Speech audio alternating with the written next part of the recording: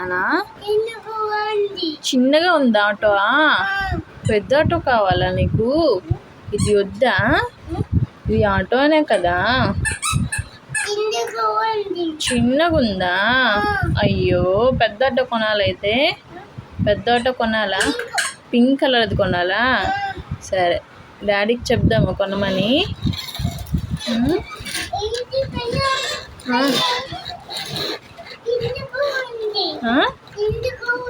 చిన్నగా ఉందా?